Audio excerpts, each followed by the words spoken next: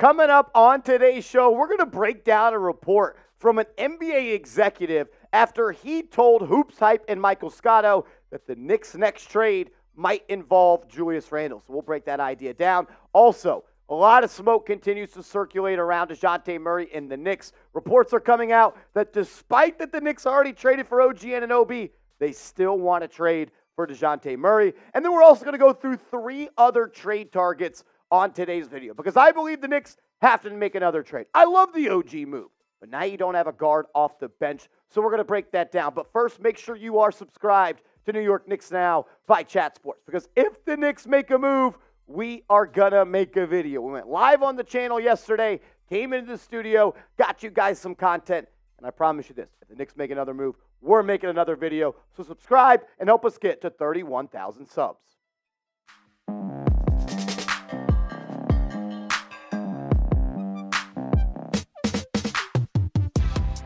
You're watching Knicks Now by Chat Sports. I am your host, Marshall Green. Appreciate you guys for stopping by to hang out with us for a couple of minutes as we go over all of the news and rumors surrounding the New York Knicks. And an NBA executive in a sit-down with Michael Scotto and Hoops Hypes believe that if the Knicks are going to make another trade following that OG Anunoby move, that Julius Randle is the player that is going to be involved. This was the quote from the executive. He said, "The Knicks are in a good place to use Julius Randle and picks to make another big move. So that justifies them giving up 2 of their scoring options." Talking about Immanuel Quickley and RJ Barrett in that Anunoby trade. Look, I've been pretty critical of Julius Randle, and I will stand on that. He's been great this year. He was great in the regular season last year. Let's call a spade a spade. He's been underperforming, and he's been counterproductive in the playoffs. And as long as he is not great in the playoffs, there are going to be thoughts and questions and concern on if he is going to be a part of this team. My thought is this: if you're going to trade Randle, what are you trading him for? Because right now he's playing like one of the best bigs in the NBA. This year he's averaging 23.6 points per game, 9.6 rebounds, shooting 47% from the field, struggling a little bit from 3, hasn't yet found that range so far this year, but there's not a whole lot of people walking this earth at 6'8", 240, then get you 24 and 10 any single night. So for me, I'm only going to trade Julius Randle if I am getting an upgrade in that starting lineup. And the question is who? What player is available on the trade market that could be an upgrade? The only guy that I could think of, and maybe it's not even an upgrade, more of a lateral move, is a guy like Lauri Markkanen, but I don't see Leon Rose and Danny Ainge making a trade together. The Knicks and the Jazz, we've done that before, and it has not worked. I will say this, though. OG Anunoby can play the power forward position. Him being 6'8", 230 pounds, 7'2" wingspan, he's going to be able to play multiple positions for the Knicks. So if you were to move off of Randle, you don't necessarily have to go get another power forward. You can go out a wing, and you can move Anunoby to the 4. But I also like Anunoby and Randle together because I think Randle could use a catch-and-shoot guy like Anunoby, camping out in the corner and being one of the best three-point spot-up shooters from that left corner in the league. I also like surrounding Randle with multiple defenders, and that is exactly what Anunoby is. I'll ask you this question.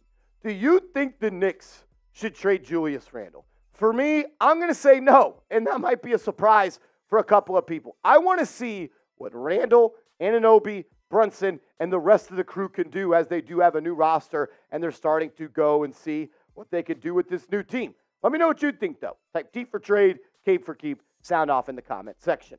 A player that I would like to see the Knicks potentially make a move for, what about Dejounte Murray? Reports have been coming out that the Knicks have been linked to Murray for quite some time. We broke this down last week prior to the OG Anunoby trade that Murray is a player of interest for the Knicks. And according to Michael Scotto, who wrote an article on Hoops Hype, he says that the Knicks are still interested. And for good reason, right? The Knicks have to make another move. I love the addition of OG Anunoby. I even like the addition of Precious Achiuwa. I think he's going to help off the bench as he is a better player than Taj Gibson at this point in both players' career. But talk about it like this. You only have one real guard that can create for himself and create for others. And that starts with Jalen Brunson. Outside of Brunson, you don't really have that top guy. You don't have another guard. I love Donte DiVincenzo. I think he's one of the most underrated players in this league, and he's become a sniper from downtown.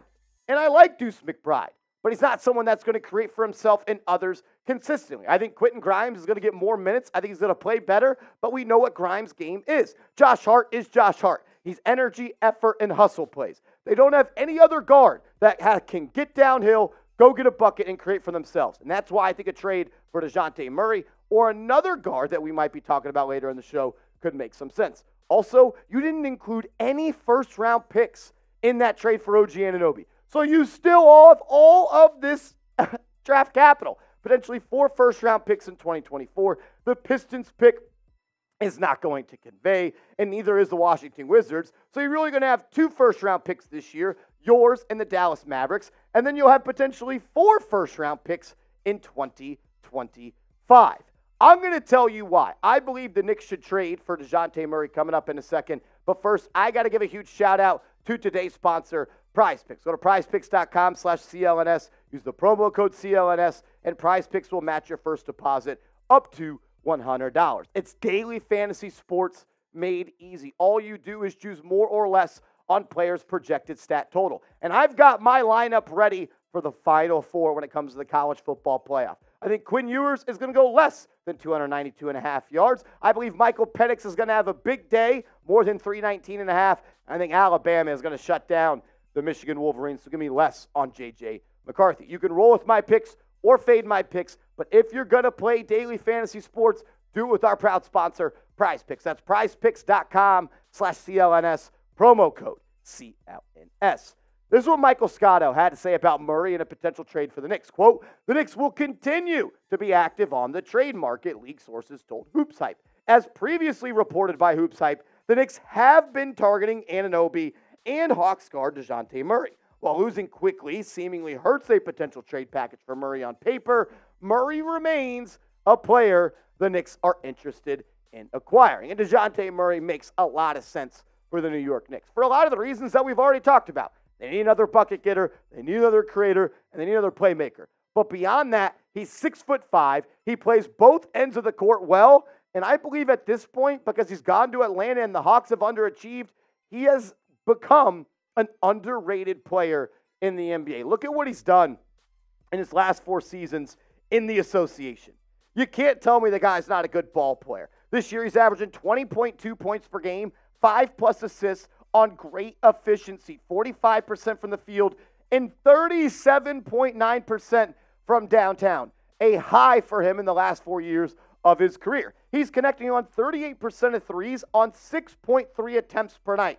He also averages 1 point steals per game. He led the NBA in steals per game in 2021 and 2022. He's shooting 36% on catch-and-shoot threes on 3.5 a night, and he's shooting 41.6% on pull-up threes on 2.7 attempts per game. So a lot of people are talking about Murray can't shoot, and while that may be true the prior 3 seasons, he has turned it on from outside. But really, this is why it makes all the sense in the world.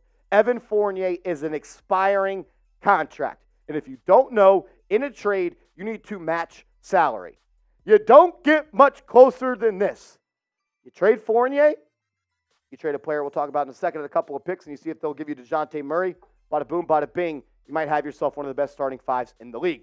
Just a little bit of a disclaimer, Dejounte Murray cannot be traded until January 15th. He did sign that extension in the offseason. His contract kicks in next year. It's a 4-year, $117 million deal, very similar to the deal that RJ Barrett was signed to last offseason. Also, he is a member of Clutch Sports. There's that reported feud between CAA and Clutch Sports. There was a report that came out from Stephen Bondi that Rich Paul would be willing to sit down with Leon Rose and squash the beef. He also said if Murray wants to go play for the Knicks, he will not stand in the way. So what about a trade idea? What about a trade idea? Because this guy on this channel never talks about trade ideas, especially ones that never happen. We've never talked about Dejounte Murray, Jalen Brunson, or Josh Hart being traded to the Knicks before. What about this? The Knicks get Dejounte Murray, but they also get a backup wing in Saddiq Bey. So you trade Evan Fournier to match the salary. You include Quentin Grimes because that's a player I think that the Atlanta Hawks are desperately interested in. And then it's going to cost you some draft capital. We showed you how much you had, so you have some to spare. I believe it would take 4 first-round picks, 2 being protected and 2 being unprotected. So I want to hear from you. If you were the general manager of the Knicks and the Hawks said, we'll give you Dejounte Murray and Saddiq Bey for Fournier, Grimes, 4 picks, 2 protected, 2 unprotected, would you make the move? Type A for accept, type D for decline. I want to hear from you down in the comment section. I would accept that trade, and I believe that would make the Knicks one of the best teams in the Eastern Conference. Love the defensive versatility that Murray offers, and I think he's a good yin and yang with a guy like Jalen Brunson. Let's break it down, though. If the Knicks don't trade for Murray, 3 other players that I would like to see them inquire about. Let's start with a veteran out west that is having his career being wasted playing for the Portland Trail Blazers. What about Malcolm Brogdon? I'm also going to include the salary of each player in this graphic so you can kind of keep that in mind when you're trading for someone. The Knicks are going to trade the $18.8 million Fournier is owed, and Brogdon makes it easy to match that. He's a veteran. He's an offensive player. He gets it done on defense. He's a winner. But what I like about him most is his efficiency. 44% from the field, 42% from downtown, 16 points this year for Portland, over 5.8 assists. I know he struggled in the playoffs last year with the Celtics, but he was dealing with an injury. He's back. He's healthy. And I think a guy like Brogdon off the bench could help the Knicks as they do need another point guard. Another point guard out east that has been mentioned in trade rumors is Tyus Jones. He makes $15 million, so also a very easy player for the Knicks to trade for when it comes to matching salary. Tyus Jones is one of the best point guards in the NBA. His assist-to-turnover ratio is incredible. He doesn't even average a turnover per game, and he averages almost 5.5 assists per game. Him coming off the bench, running that second unit, playing alongside guys like Quentin Grimes and Josh Hart, getting them the ball in their spots would help this team a lot. Also very efficient as well, 54% for the field and almost 43% from downtown. The last player I want to talk about as a potential trade target for the Knicks is Scary Terry Rozier. $23.3 million, another contract that the Knicks could easily trade for. And Rozier is having the best season of his NBA career. 23.6 points per game, 7.2 assists, and efficiency. That's who I want the Knicks to add. A scorer that's efficient, because they have to replace a guy like Immanuel Quickley, who is a very efficient scorer. 24-7, 46% from the deck, and over 52% from downtown. Look, I would be happy if the Knicks traded for any of the 4 players that we've talked about, whether that be Rozier, whether that be Brogdon, Jones, or Dejounte Murray. But I want to hear from you before we bounce on out of here. Who do you want the Knicks to trade for? Give me a name down in the comments section. So I'm pretty damn confident the Knicks are going to make another deal before the February trade deadline rolls around. As always, I just want to say thank you, and I appreciate you to all of the real ones out there that have been tuning in and showing love to Knicks Now. We continue to grow and grow and grow, and we're the fastest growing Knicks YouTube on channel because of people like you. So shout out to y'all. Enjoy New Year's Eve tonight. Have fun tomorrow. Be safe. You're going to go out and party. Get an Uber. Trust me, you'll thank me in the morning.